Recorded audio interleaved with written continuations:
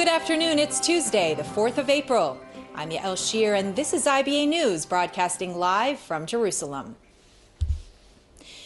U.S. President Donald Trump's plans to host a regional peace summit to deal with the Israeli-Palestinian conflict were among the issues discussed at yesterday's meeting with Egyptian President Abdel Fattah al-Sisi at the Oval Office in the White House. Welcoming the Egyptian president, Trump declared that the United States and Egypt agree on many issues. According to officials, during their 2.5-hour conversation, followed by a private lunch, the two leaders discussed the Israeli-Palestinian conflict, global terrorism, regional issues, as well as Trump's plans to hold a peace summit over the summer. On his part, the Egyptian president reportedly had a list of specific demands he presented to Trump, including a request that the U.S. continue to provide military financing to Egypt and that the U.S. designate the Muslim Brotherhood a terrorist organization. It's great to be with the president of Egypt, and I will tell you, President al-Sisi has been somebody that's been very close to me from the first time I met him. I met during the campaign, and at that point there were two of us, and we both met, and hopefully you liked me a lot more. But it was a very long, it was supposed to be just a quick, brief meeting, and we were with each other for a long period of time. We agree on so many things. I just want to let everybody know, in case there was any doubt, that we are very much behind President al-Sisi. He's done a fantastic job in a very difficult situation. Here at home, after a 3-year hiatus, former government minister and number 2 in the Likud party, Gideon Sa'ar, announced his return to politics.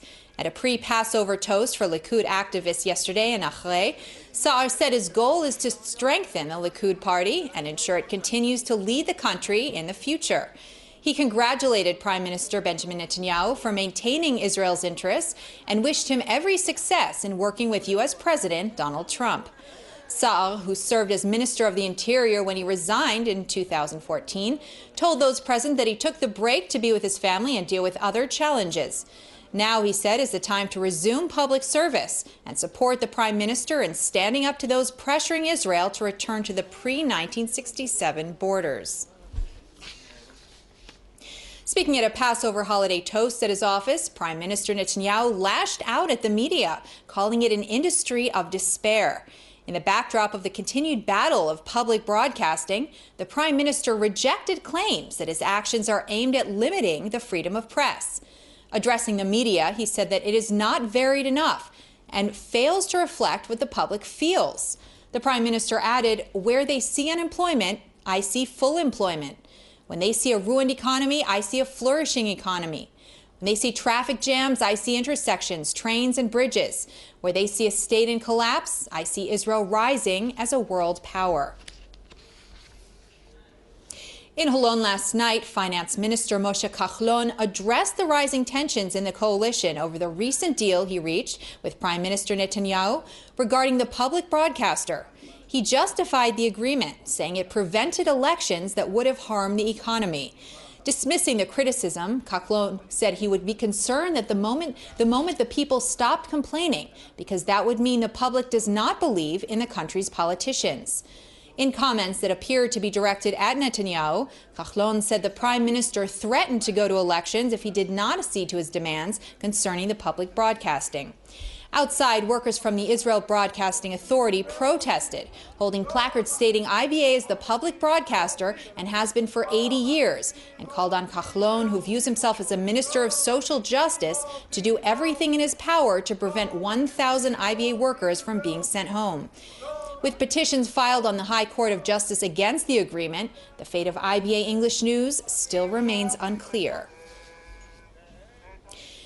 The Israel Prison Service is preparing to deal with a hunger strike planned by some 2,890 Palestinian prisoners affiliated with Fatah, scheduled to take place after the Passover holiday. The strike is being led by Fatah leader Marwan Barghouti, incarcerated in Israel since 2002 for the murder of Israelis. Barghouti and others have already submitted a list of 13 requests they demand be met. These include expanding family visits to twice a month, allowing children under the age of 16 to enter freely, doubling the time of visits, a guarantee that there will be no cancellations of family visits, and demands to install public telephones in the wings where security prisoners are being held. The prison authorities say it is unclear if Palestinian prisoners affiliated with Hamas will join the strike.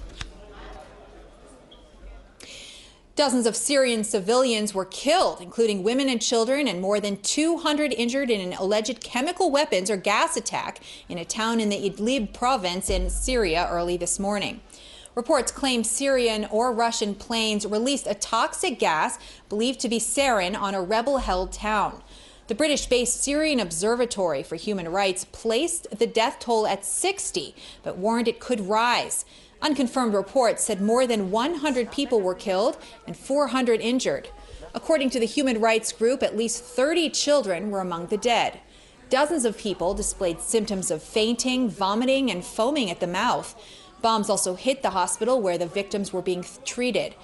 If the reports are correct, it proves that President Bashar Assad has again violated an agreement reached with former U.S. President Barack Obama in 2013, which led to an international mission supposedly removing the regime's known chemical arsenal in June of 2014. Israeli officials are working to prevent the publication of a report by a United Nations body next month that equates Israeli occupation to slavery in the United States and says billions of dollars should be awarded to the Palestinians for the suffering that they incurred under, quote, 50 years of occupation. The Arab-dominated UN Economic and Social Commission for Western Asia, known as ESCWA, just weeks ago caused a storm after it published a report asserting Israel established an apartheid regime that controls the entire Palestinian public.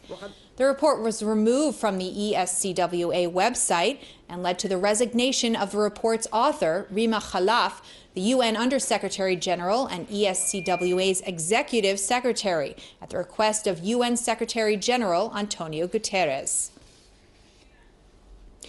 Police have arrested 16 members of an extremist sect of the Haredi community in Bnei Brak in Jerusalem on Monday evening for disturbing public order, disobeying police's instructions, and blocking major roads.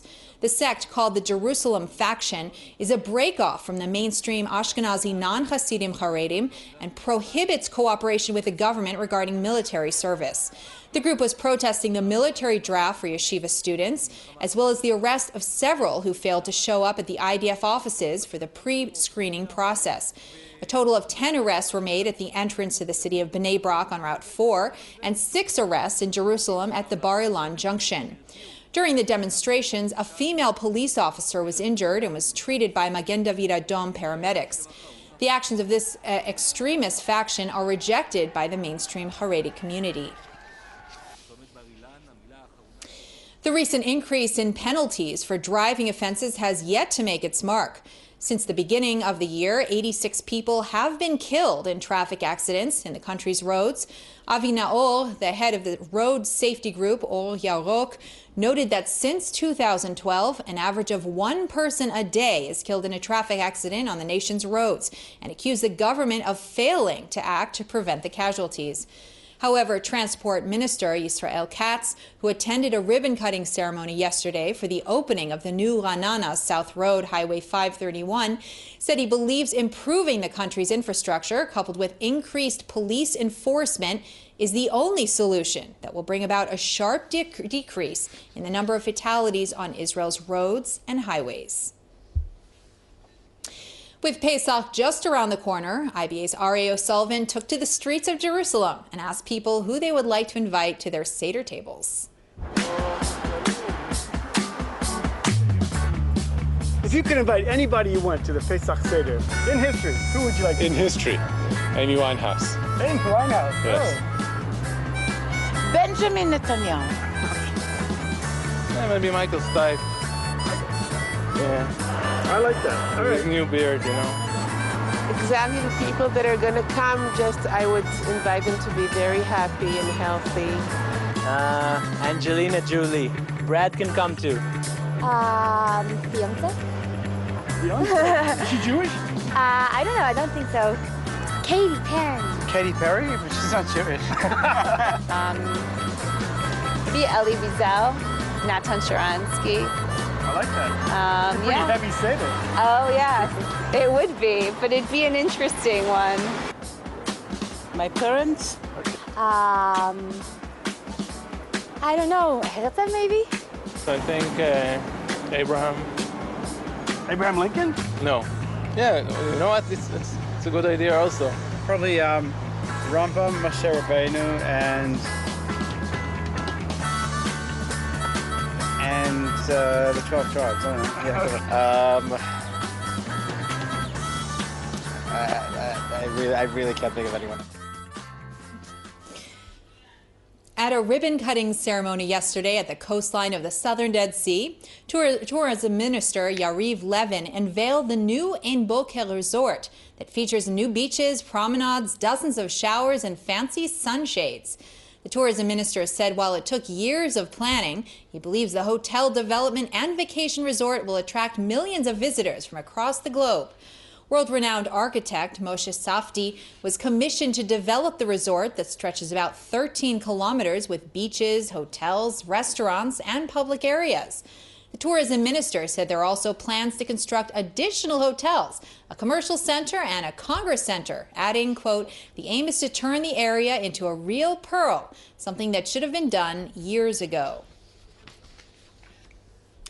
As a show of solidarity to Russia in the wake of the suicide bombing in a St. Petersburg metro station that left 14 people dead and dozens wounded, Tel Aviv's municipality building last night lit up with the colors of the Russian and Israeli flags.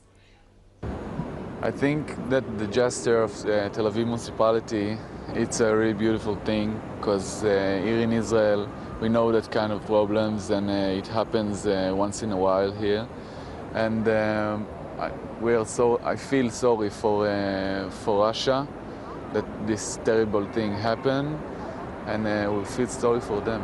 I think it's a very nice gesture that Tel Aviv city did for the Russian people. We experience this kind of terror attacks quite often, and we know what it feels right now for the Russian people. So we hope the Russian people will be strong and come back to the life routine very fast. In finance, shares were mixed on the Tel Aviv stock market, while the shekel was also mixed in foreign currency trading. Here are the late afternoon numbers.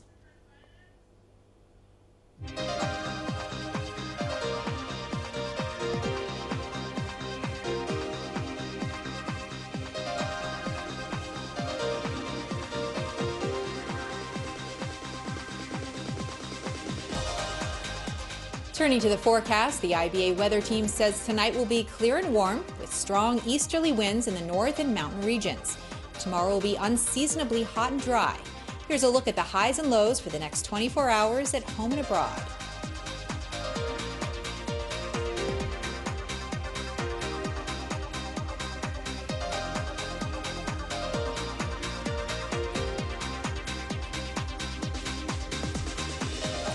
That's all for this newscast. Join us again tomorrow, same time, same channel.